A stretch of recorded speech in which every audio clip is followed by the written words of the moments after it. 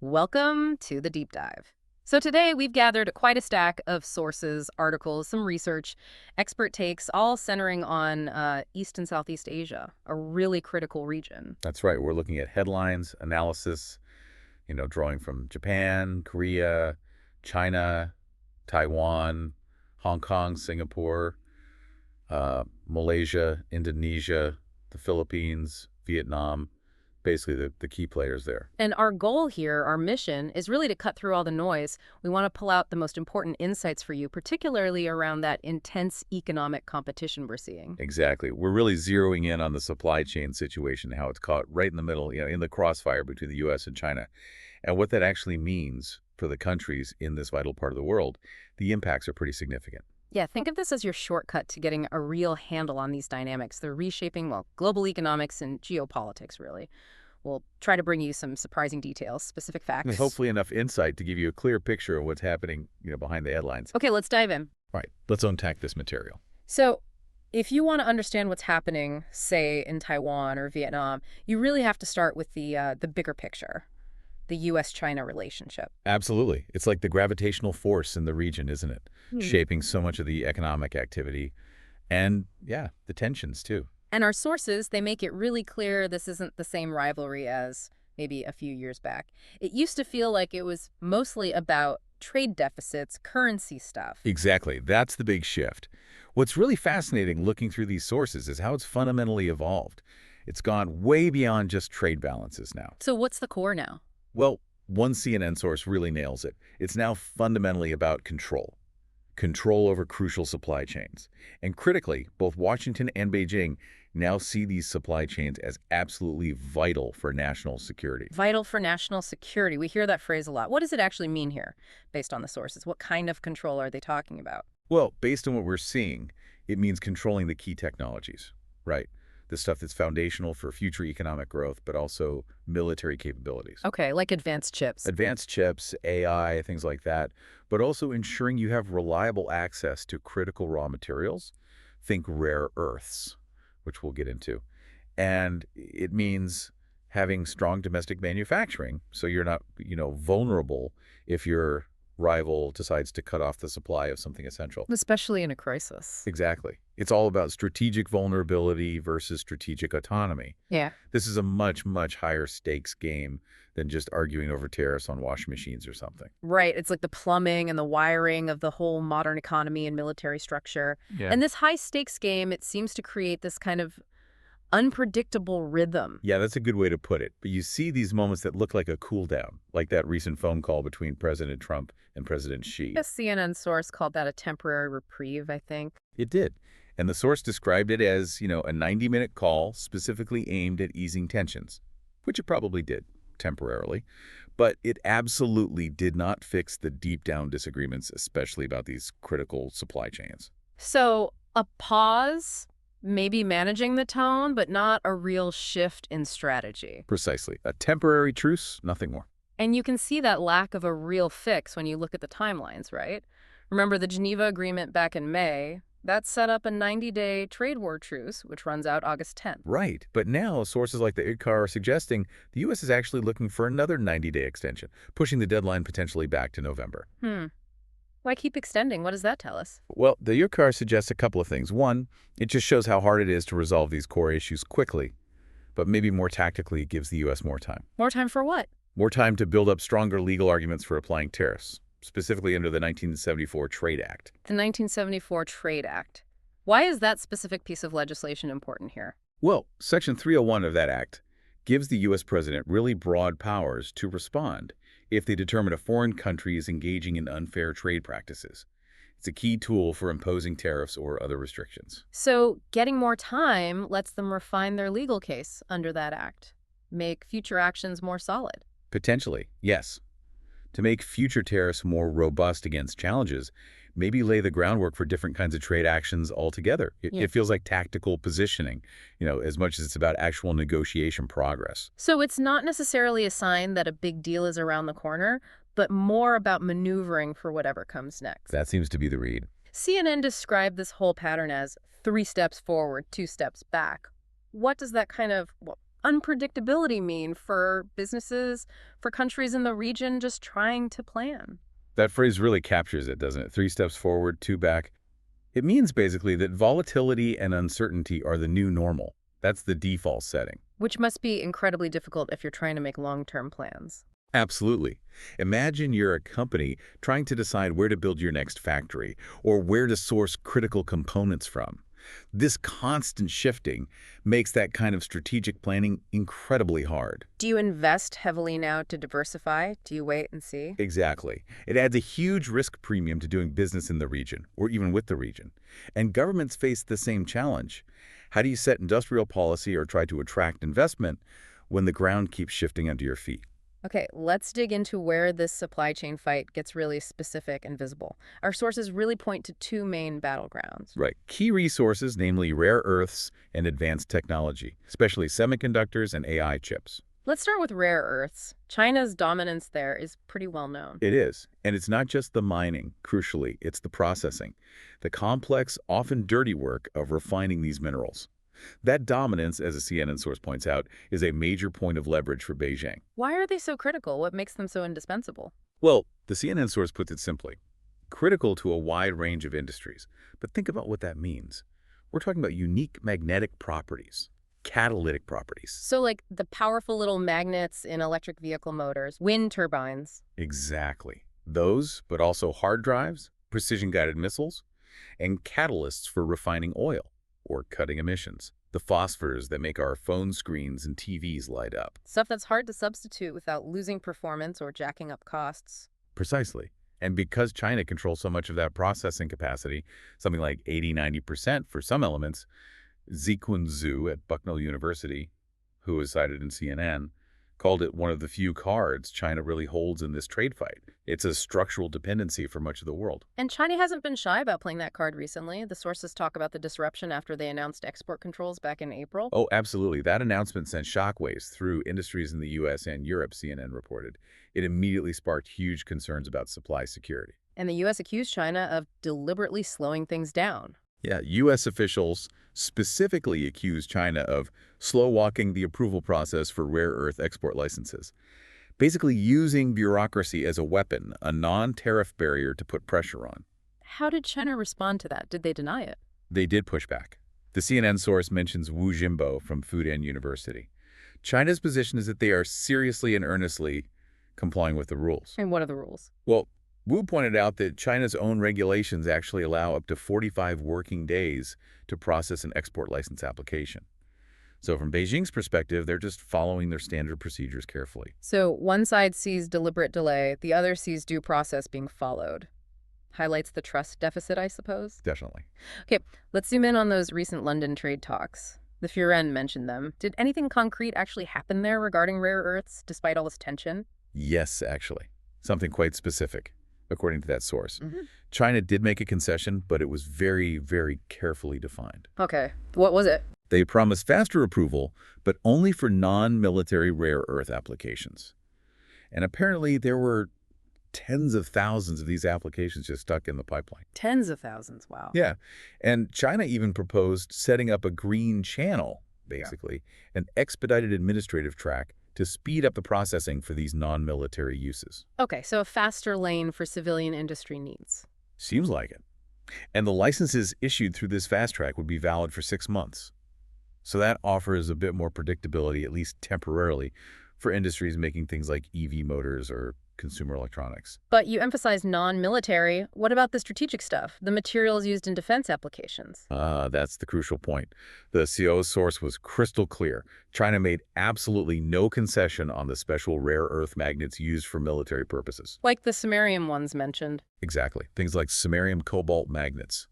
These are vital for defense tech, think missiles, guidance systems, aerospace stuff where you need high performance in extreme conditions. Those specific materials are not getting the green channel treatment. They remain tightly controlled. So China's willing to ease the economic pain a bit for civilian industries, but holding firm on anything that touches military or strategic capabilities. That's exactly what it looks like. It really underscores that national security lens. Okay, very clear distinction. Let's shift gears to the other big battleground, advanced technology. Here, it really seems to be about semiconductors and those high-end AI chips. Right. And this is where the U.S. is really on the offensive, actively trying to restrict China's access to the most cutting-edge stuff. CNN detailed this effort quite extensively. What specific moves has the U.S. made on this front?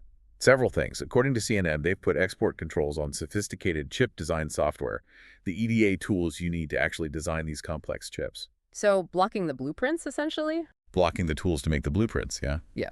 And they've also warned U.S. companies against using China's most advanced homegrown AI chips, which signals potential future restrictions or compliance headaches. And this effort has broad support in the U.S. Apparently so. Sure. CNN highlights that blocking Beijing's access to advanced American tech, or tech made using American equipment or software anywhere, is one of those rare issues with strong bipartisan agreement in Washington. Interesting. And we're seeing related actions elsewhere, too, like that Italian probe. Yeah, the CNN source mentioned Italy's regulator looking into China's DeepSeek AI.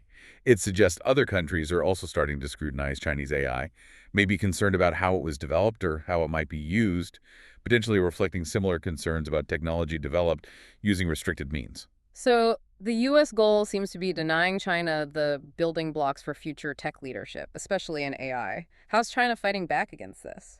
Well, China clearly sees these U.S. chip bottlenecks as a direct attack on its ambitions for technological self-reliance and leadership in AI. That comes through into a source. And they're trying to link it back to rare earths. Explicitly. The same source indicates China is trying to tie the lifting of those military rare earth export controls, remember, the stuff they didn't concede on in London directly to the U.S., easing its controls on advanced AI chips. So a quid pro quo. You let us buy advanced AI chips, we'll let you buy our military-grade magnets. That seems to be the play, using their resource leverage to try and pry open the U.S. tech restrictions. What has the U.S. said about that? Are they willing to trade? A hard no, according to the Yvonne. It reports U.S. Treasury Secretary Bashir stating very clearly that the U.S. will not trade concessions on advanced AI chip controls in exchange for access to rare earth resources. So no deal there. Seems like it. The U.S. views its tech restrictions as fundamental national security measures, not as bargaining chips for resources. China, on the other hand, sees its resource control as leverage against those tech restrictions. It's a major point of friction, a real potential flashpoint.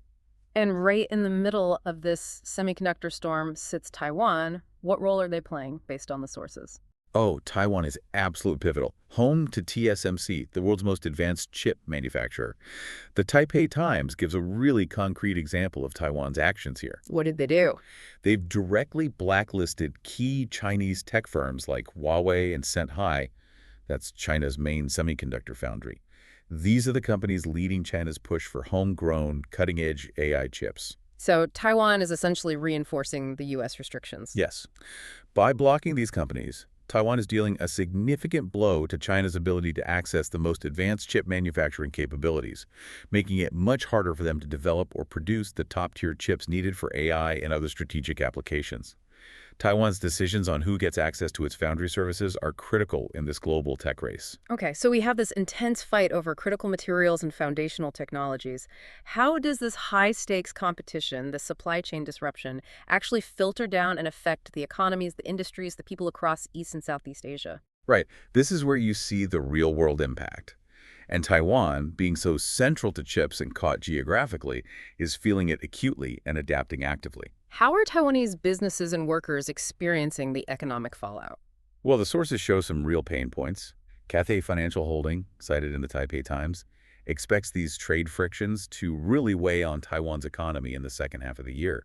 They're forecasting potential drops in exports, especially if the U.S. were to raise tariffs further. And is it affecting jobs directly? Yes. The Taipei Times reports a sharp rise in the number of workers on formal furlough, meaning unpaid leave, specifically because of the Trump-era tariffs. The number is apparently nearing 1,200, mostly in export-focused manufacturing.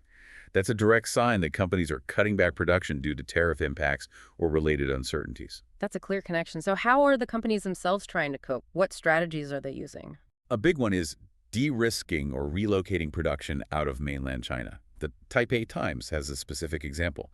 Pegatron, They're a huge electronics manufacturer, assemble iPhones, among other things. Right. What are they doing? They're spending $85 million to set up a U.S. subsidiary down in Texas. The goal? To produce made-in-U.S. servers. Why servers in the U.S.? It seems to be a direct response to customer demand.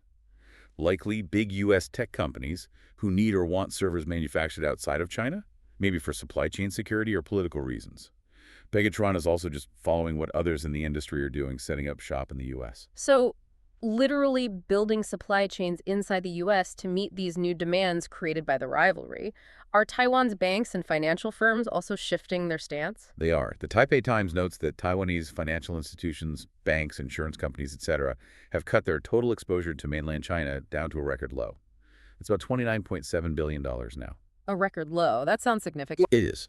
It suggests as a broader strategic move within Taiwan's financial sector to reduce their direct financial ties and potential risks associated with the mainland, likely hedging against continued economic friction or even potential cross-strait instability. And all this economic shifting is happening while political and security tensions around Taiwan are high.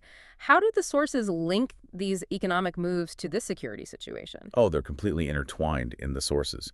The Taipei Times mentions Taiwan's President Lai meeting with U.S. lawmakers, discussing deeper military cooperation, even joint R&D. That signals closer security ties, which Beijing definitely doesn't like. And there's advice coming from former U.S. officials. Yeah, the same paper mentioned a former U.S. Navy intelligence chief advising Taiwan on how to handle China's frequent naval incursions without being seen as the one escalating things. It just highlights the constant military pressure Taiwan lives under, which obviously factors into every business risk calculation. And the U.S. response isn't just advice, right? There's talk of more weapons. Correct. Reuters, cited by CNN, reported that Washington plans to significantly ramp up arms sales to Taipei. The explicit goal mentioned is deterrence, making China think twice about using military force by increasing the potential cost. Defensive weapons, presumably. Typically, yes. Hmm? Things like anti-ship missiles, air defense systems. Meanwhile, from Beijing's side, CNN cited President Xi emphasizing that the U.S. needs to handle the Taiwan question with prudence to avoid conflict. He frames it as a core sovereignty issue. And then you have U.S. Defense Secretary Hegseth warning allies about an imminent threat to Taiwan, as CNN also reported, which just dials up the regional anxiety even further. All these economic decisions about supply chains are absolutely being made with the security backdrop constantly in mind. It's really striking how inseparable the economic and security aspects are for Taiwan. Okay, let's shift focus to Vietnam. We hear a lot about it being the new factory, companies moving production there from China. Is that working out smoothly, or are they hitting new snags? Vietnam has definitely been a major beneficiary of that diversification trend, drawing in manufacturing thanks to lower costs and existing infrastructure. But it's not proving to be a simple escape route from the U.S.-China fight. Vietnam is now finding itself under pressure within that rivalry. Pressure from whom? From the U.S. A Straits Times source explicitly mentions the U.S. pushing Vietnam to decouple from Chinese tech. Decouple from Chinese tech. What does that actually mean for a factory in Vietnam making, say, laptops for the U.S. market? Well, a Reuters report cited in the Sue got specific about this. During recent tariff negotiations between the U.S. and Vietnam, the U.S. side apparently urged Vietnam to use fewer Chinese-made components in the tech products assembled there if those products are destined for the U.S. Wow. So it's not just about where the final assembly happens anymore. It's about the origin of the parts inside the product. Exactly. It adds a whole new layer of complexity. Companies might have moved assembly lines to Vietnam thinking they could still use their established Chinese component suppliers. Now they're potentially being told, no, you need to find non-Chinese sources for those parts too if you want to sell to the U.S. without issues. What kind of disruption could that cause? According to industry voices cited in that same source, this pressure could seriously disrupt existing supply chains for major products assembled in Vietnam. Think notebooks, wearables, network gear, even phones. Companies might have to scramble to find new suppliers, requalify components, deal with potentially higher costs. It complicates the whole diversification strategy. It sounds like companies are caught between a rock and a hard place. Let's turn to South Korea. How are they managing this? They have deep ties with both China and the U.S. South Korea is a really interesting example of trying to walk that tightrope, strategically reducing some risks related to China while still maintaining significant business engagement. So what are they doing on the de-risking side? The Korea Herald reported a very specific move by Korea Zinc, their big metals company. They've started shipping antimony, another one of those critical minerals where China dominates the market, directly to the U.S. And the company explicitly stated this was to counter China supply risks for antimony. Antimony, what's that used for? Various things, flame retardants, batteries, even some semiconductor processes. So securing a non-Chinese supply chain for it is a clear strategic move driven by the current environment. Okay, that's a clear example of reducing reliance. But you said they're also still engaging with China. Oh, absolutely. And the Korea Herald had a great counterpoint. LG Energy Solution, one of the big Korean battery makers, is now supplying batteries to Chery Automobile, a Chinese EV company. Okay. Is there something special about these batteries? Yes, apparently it's the first time a Korean firm will be powering Chinese EVs with the newer 46 series cylindrical batteries. These are a larger format, potentially offering better performance and lower costs. I think the kind of tech Tesla's also pushing. So despite all the tech tension, a top Korean company is supplying next-gen battery tech to a Chinese automaker. Exactly. It shows that business opportunities and market access still drive decisions in specific sectors. It's not a black and white decoupling story. It's this complex mix of strategic caution and commercial pragmatism. A real balancing act. Are there other tech-related developments in Korea that fit into this picture? Well, the Korea Herald also mentioned SK Group, a major Korean conglomerate partnering with Amazon Web Services, AWS, to build Korea's largest AI data center in Ulsan. How does that relate? While it's not a direct reaction to a specific U.S.-China restriction, building up that kind of advanced digital infrastructure positions Korea as a significant tech hub in its own right. It could attract companies looking for AI capabilities outside the direct U.S.-China sphere, offering another path for regional tech growth. Makes sense. And other news, like the president at the G7 or Trump's comments there about Russia-China, that just sets the broader geopolitical stage. Precisely. It all underscores the wider context influencing trade blocs, alliances, and the overall environment these countries are navigating. What about other countries in the region? Maybe places not quite as central to the chip wars, like Singapore or Indonesia. How are they adapting? Sources suggest they're focusing more on strengthening regional cooperation and pursuing their own paths, perhaps as a way to build some collective resilience outside the direct U.S.-China squeeze. Like what? Straits Times mentioned Singapore and Indonesia reinforcing their partnership, signing pacts focused on things like renewable energy and sustainability projects. So areas of mutual interest outside the main conflict zones. Exactly. And Indonesia's President Priyobo apparently expressed admiration for Singapore's policies, even saying he wants to copy them, according to the Straits Times. It points towards building regional strength through cooperation on shared goals, like energy security, green tech, maybe even governance models. It's a way to pursue their own strategic interests, sometimes together, rather than just reacting to the U.S.-China dynamic. Interesting. Let's look inside China itself. How is all this supply chain pressure, this trade war, affecting their own economy and how they're thinking strategically? Well, the CNA source noted that China's factory output has been slowing down. That's likely due to a mix of things: shifting global demand, these ongoing trade tensions, companies moving supply chains. But it's not all bad news for their economy. No, the same source highlighted domestic consumption as a relative bright spot. And importantly, Chinese exporters who are struggling with tariffs or losing overseas orders are actively trying to pivot Pivot where? to their own huge domestic market. Granger called this a deliberate trade war hedge. If you can't sell abroad as easily, try to sell more at home. Is the government helping with that pivot? Yes. Also reported that Chinese regulators are offering things like credit insurance support to exporters. This helps cushion the financial risks for companies, whether they're still trying to export or shifting focus domestically. It's basically state support to bolster the internal economy against these external pressures. A kind of internal shock absorber. And there's a longer-term human angle to this too, related to talent, isn't there? Yeah, that was a fascinating point from the South China Morning Post. They highlighted that the generation of Chinese students who started university right around when the first trade war kicked off, well, they're now entering key roles in industry. How does that matter? Many of these individuals studied STEM fields, and their education happened during this period of intense national focus on achieving technological self-reliance, partly spurred by the trade war pressure. Now, they're becoming key players in building up China's own high-tech capabilities. So the external pressure might have inadvertently accelerated China's push to develop its own talent and tech base. That's the argument. A long-term, perhaps unintended strategic consequence now playing out. And there's another human dimension affecting students, the visa situation for Chinese students wanting to study in the U.S. Absolutely. Both CNN and Tucker touched on this. There have been discussions in the U.S., sometimes linked to concerns about technology transfer, about potentially aggressively revoking visas for certain Chinese students, especially those in sensitive fields or from specific universities. Even though President Trump said they're welcome. Right. Despite those assurances, the talk and some actions have created a lot of anxiety for Chinese students. Many are apparently rethinking plans to study in the U.S. This doesn't just affect individuals. It impacts U.S. universities, scientific collaboration. It's another ripple effect of the rivalry. Okay, so we've mapped out how this rivalry is playing out in key sectors, how different countries are being affected and reacting. Looking ahead, what does all this tell us about the future? What's the likely path forward for supply chains and the regional economy based on these sources? Well, the overwhelming takeaway from the sources is continued uncertainty and ongoing adaptation. It doesn't look like we're heading back to the way things were before this rivalry really intensified. Why not? Is a resolution unlikely?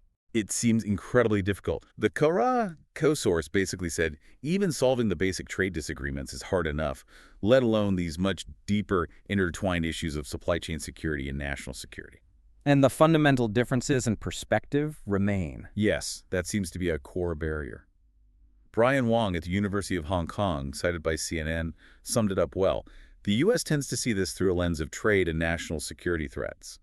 China sees it much more fundamentally through the lens of territorial integrity, sovereignty, especially regarding Taiwan. Those are core principles, not easily compromised. Exactly. They're deeply held, arguably non-negotiable positions for both sides, which makes finding a comprehensive, lasting agreement incredibly challenging. So that 3 steps forward, 2 steps back prediction. That sounds less like a description of the past and more like a forecast. That's the sense you get. The predictions cited in CNN that this kind of volatility will just be the norm suggests that businesses, governments, everyone in the region needs to be prepared for ongoing tension, maybe periodic flare-ups, sudden policy shifts. It's not a stable playing field for long-term planning. What about the challenges for the U.S. in pursuing this strategy? It can't be easy for them either. No, definitely not. That's an important point. Ryan Haas from Brookings, mentioned in the Yomt'a, suggested the U.S. probably won't get another trade deal with China that's as tilted in its favor as some past ones might have been. China's economic weight is just greater now. It has more options. And internal U.S. policies can create hurdles, too. Yes, Oj pointed this out. Things like shifting tariff policies or uncertainty around how initiatives like the CHIPS Act are actually implemented or funded. These can create inconsistencies that make it harder for U.S. companies to make the huge, long-term investments needed for real reshoring or supply chain shifts. Like the auto industry concerns. Right. Urja noted the auto industry has been really rattled by tariff uncertainty, warning about supply disruptions and higher costs. It just shows the complexity and maybe even some self-inflicted wounds in trying to execute this kind of major industrial strategy. So, big challenges on both sides, deep disagreements, likely continued volatility. What's the main takeaway, then, for the countries and companies caught in the middle in East and Southeast Asia? I think the dominant theme coming through all these sources is really active adaptation and intensified de-risking. They aren't just sitting back and watching. They're making moves. Definitely. They're actively pursuing diversification, looking for new places to source from, new markets to sell to. They're facing pressure, like Vietnam being pushed on component origins and reacting to it. And they're adjusting investment plans, whether it's Taiwanese firms building in Texas, Korea Zinc, securing non-Chinese minerals, or regional players like Singapore and Indonesia, deepening their own cooperation. It really drives home the point that supply chains in this region have fundamentally changed. They're not just about finding the cheapest, most efficient route anymore. Not at all. They're now explicitly about national security, about geopolitical leverage, about building resilience against potential shocks and disruptions. That's the new reality. Navigating that reality requires a whole new level of calculation, blending political risk with economic logic. Precisely. And this focus on de-risking, on diversification, it's likely going to keep reshaping trade flows, investment patterns, and industrial strategies across East and Southeast Asia for quite some time to come. It's certainly a dynamic and incredibly complex situation to watch. Thank you for joining us today to dig deep into these critical issues shaping the region's future. Yeah, it was important to unpack all those details. A lot going on there.